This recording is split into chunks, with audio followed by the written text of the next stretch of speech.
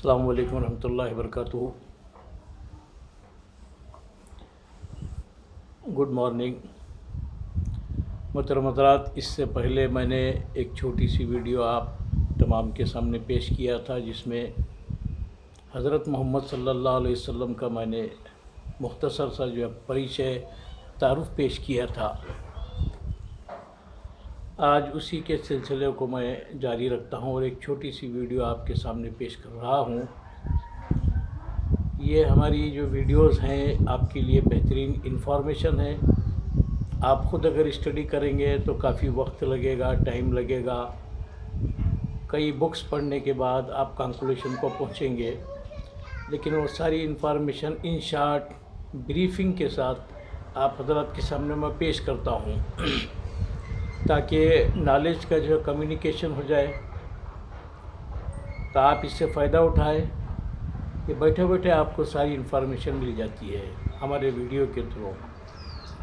تو میں آپ سے ریکویسٹ کرتا ہوں کہ آپ ہمارے ویڈیو کو لائک کریں، اسے سبسکرائب کریں، ہمارے چینل کو سبسکرائب کریں اور آپ بھی اس نیک کام کے اندر شامل ہو جائیں۔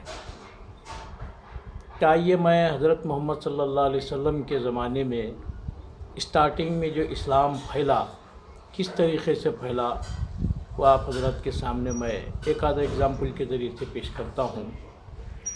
دیکھیے، اس وقت عرب کا جو کلچر تھا وہ بالکل ایسا ہی تھا جیسے آج ہمارا بھارت کا کلچر ہے۔ آج ہمارے پاس انڈیا میں، بھارت میں ملٹیپل گاڈس کا جو ہے امیجنیشن ہے، تو اس زمانے بھی عربوں کے اندر ملٹیپل گاڈس پر وہ جو بہت زیادہ بلیو کرتے تھے۔ حالانکہ ایک اللہ، ایک ایشور پر ایمان اور شردھا رکھنے کی تعلیم پہلے کے پیغمبروں سے چلی آ رہی تھی، لیکن لیک آف کمیونیکیشن کی وجہ سے وہ لوگ شرک کے اندر ڈوب گئے اور ایک ایشور کے کنسیپٹ کو چھوڑ کر ملٹیپل گاڈس کے اندر وہ لوگ ڈوب گئے، اور وہ اپنی اس شردھا کے اندر بہت زیادہ مضبوطی کے ساتھ قائم تھے۔ چنانچہ حضرت محمد صلی اللہ علیہ وسلم کو کافی جو ہے اس میں ڈیفیکلٹی ہوتی تھی ایک اللہ، ایک ایشور، ایک گاڈ کی دعوت دینے کے لیے آپ کو کافی کمپلیکیشنز ہوتے تھے، لیکن بہرحال قرآن تو عربی لینگویج میں تھا، تو لوگ قرآن سنتے تھے اور اسلام کے کنسیپٹ کو سمجھتے تھے اور فوری ایمان کے اندر داخل ہو جاتے تھے۔ تو ایسا ہی ایک چھوٹا سا قصہ دوسرے خلیفہ جو حضرت عمر فاروق گزرے ہیں ان کے بارے میں آتا ہے کہ وہ ایمان لانے سے پہلے حضرت محمد صلی اللہ علیہ وسلم کے بہت کٹر دشمن تھے، اور وہ کہتے تھے کہ میں کسی بھی طرح حضرت محمد صلی اللہ علیہ وسلم کو قتل کر دوں گا۔ تو ایک مرتبہ لنگی تلوار لے کر وہ نکلے اس ارادے سے کہ میں محمد کو قتل کر دوں۔ بڑے جذبات کے ساتھ بھاگ رہے تھے حضرت محمد صلی اللہ علیہ وسلم کے مکان کی طرف، لیکن کیا ہوا کہ راستے میں ایک صاحب سے ملاقات ہوئی، پوچھا کہاں جا رہے عمر؟ تو انہوں نے کہا کہ میں آج محمد کو قتل کرنے کے لیے جا رہا ہوں۔ تو کہا کہ ارے تم محمد کو قتل کرنے جا رہے ہو، تمہاری بہن کو دیکھو، تمہارے بہن بھائی کو دیکھو، انہوں نے ایمان قبول کر لیا ہے۔ تو جلال کے مارے، غصے کے مارے سیدھے بہن کے گھر جاتے ہیں اور وہاں بہن بھائی اور بہن کو خوب مارتے ہیں۔ بہن کو مارنے کے بعد ان کا دل پسیج جاتا ہے۔ بہرحال اس کے بعد وہ کہتے ہیں کہ تو کیا پڑھ رہی تھی مجھے بتا؟ تو بہن نے کہا کہ میں قرآن پڑھ رہی تھی۔ تو بتا مجھے بھی دے۔ تو انہوں نے کہا کہ نہیں، تم پہلے پانی نہا کر آؤ، پھر تم اس کو ہاتھ لگا سکتے ہو۔ تو وہ پانی نہا کر آتے ہیں۔ جب بہن جو ہے قرآن ان کو پڑھ کر سناتی ہے تو بے تحاشا ان کی آنکھوں سے آنسو جاری ہو جاتے ہیں، کیونکہ وہ بھی عرب تھے، عربی لینگویج کے وہ دھنی تھے، وہ سمجھتے تھے صحیح کیا ہے، غلط کیا ہے۔ انہوں نے حق اور سچائی کو پہچان لیا۔ اب جو تلوار سے محمد صلی اللہ علیہ وسلم کو قتل کرنے کے لیے نکلے تھے، وہ تلوار میان میں رکھ کر حضرت محمد صلی اللہ علیہ وسلم کے پاس چلے جاتے ہیں اس وقت مسلم لوگ بہت ہی تھوڑی کوانٹٹی میں تھے اور نمازیں بھی چھپ چھپ کر پڑھتے تھے۔ جب وہ وہاں پر پہنچتے ہیں تو دروازے میں سے حضرت محمد صلی اللہ علیہ وسلم کے چچا حضرت حمزہ جھانک کر دیکھتے ہیں کہ عمر آ رہے ہیں، تلوار ان کے ہاتھ میں ہے۔ تو حمزہ کہتے ہیں کہ اگر وہ اچھے ارادے سے آ رہا ہے عمر تو ٹھیک ہے، ورنہ اس کی تلوار سے اسی کو ختم کر دوں گا۔ ان کے لیے دروازہ کھولا جاتا ہے۔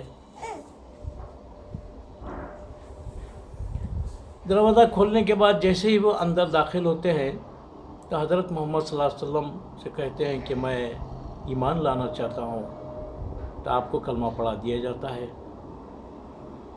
تو دیکھیے یہ حال تھا۔ اب دیکھیے جب حضرت محمد صلی اللہ علیہ وسلم کے دنیا سے جانے کا وقت آیا اور آپ کا انتقال ہو گیا تو مدینے میں خبر پھیل گئی کہ محمد صلی اللہ علیہ وسلم کا ندھن ہو چکا ہے، آپ دنیا سے جا چکے ہیں۔ اب وہی حضرت عمر جو تلوار لے کر محمد صلی اللہ علیہ وسلم کو قتل کرنے کے لیے گئے تھے، اب وہ یہ کہتے ہیں، کون کہتا ہے محمد کا انتقال ہوا؟ جو بھی کہے گا محمد کا انتقال ہو گیا تو میں اس کی گردن مار دوں گا۔ کیا بات ہے! ایک تو یہ کہ اس تلوار سے حضرت محمد صلی اللہ علیہ وسلم کو قتل کرنے کے لیے گئے تھے شروع میں، لیکن محمد صلی اللہ علیہ وسلم کی محبت اور پریم ان کے دل میں اتنا بیٹھ گیا، اب وہی عمر کہہ رہے ہیں کہ کون کہتا ہے کہ محمد کا انتقال ہو گیا؟ جو کہتا ہے محمد کا انتقال ہو گیا تو میں اس کی گردن اڑا دوں گا۔ بہرحال دنیا سے تو سب کو جانا ہی جانا ہے، پیر، پیغمبر، پریشت، مہان ویکتی، لہان ویکتی، سب کو جانا ہی جانا ہے۔ تو حضرت محمد صلی اللہ علیہ وسلم بھی جا چکے تھے دنیا سے۔ اب پہلے انویائی جو حضرت ابو بکر، جو پہلے خلیفہ گزرے ہیں، وہ حضرت محمد صلی اللہ علیہ وسلم کے گھر پر آتے ہیں اور دروازہ کھول کر جب اندر جاتے ہیں تو دیکھا کہ حضرت محمد صلی اللہ علیہ وسلم کا انتقال ہو چکا ہے، تو قریب جا کر ان کے پیشانی کو جو ہے بوسہ دیتے ہیں اور ان کے ہاتھ کو جو ہے بوسہ دیتے ہیں اور ان کی آنکھوں سے آنسو جا رہے ہیں۔ اس کے بعد آپ باہر نکلتے ہیں، ہزاروں لاکھوں کی تعداد میں لوگ باہر کھڑے ہوئے تھے۔ معلوم تو کریں کہ صحیح خبر کیا ہے۔ حضرت ابو بکر کہتے ہیں، لوگوں سے جو خطاب کرتے ہیں، تقریر کر کے اپنے بھاشن میں کہتے ہیں، حضرت محمد صلی اللہ علیہ وسلم اس دنیا سے جا چکے ہیں۔ اور ساتھ ہی یہ بھی آیت پڑھتے ہیں، وما محمد الا رسول، محمد صلی اللہ علیہ وسلم رسول کے سوا کیا ہے؟ افئی ماتا او قتل انقلبتم علی اعقابکم، اگر وہ دنیا سے چلے جاتے ہیں، ان کا انتقال ہو جاتا ہے یا ان کا قتل ہو جاتا ہے، تو کیا تم سچے دھرم سے جو ہے اپنی پیٹھ پھیر لو گے؟ جب یہ آیت حضرت عمر سنتے ہیں تو ان کے ہوش ٹھکانے آ جاتے ہیں۔ کہا کہ حقیقت میں دنیا سے ہر انسان کو جانا ہے۔ اور حضرت ابو بکر یہ بھی کہتے ہیں کہ اچھی طریقے سے سمجھ لیں کہ جو محمد کی پوجا پاٹ کرتے تھے، جو محمد کی بھکتی کرتے تھے، وہ یہ سمجھ لیں کہ محمد صلی اللہ علیہ وسلم کا انتقال ہو چکا ہے۔ لیکن جو ایک اللہ کی، ایک ایشور کی عبادت کرتے تھے، وہ یہ سمجھ لیں کہ وہ اللہ کل بھی تھا اور آج بھی ہے اور ہمیشہ رہے گا۔